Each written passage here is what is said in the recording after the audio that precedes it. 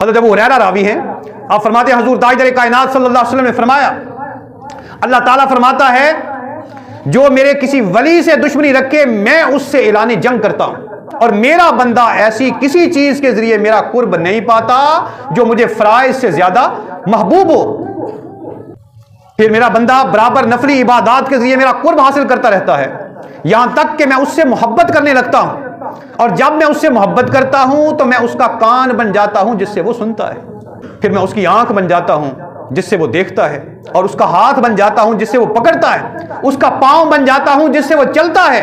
और अगर वो मुझसे सवाल करता है तो मैं उसे जरूर अता फरमाता हूं, और अगर वो मेरी पनाह चाहता है तो मैं जरूर उसे अपनी पनाह अता फरमाता हूं, और मैंने जो काम करना होता है उसमें कभी तरद्दुद नहीं किया। बंदा मोमिन की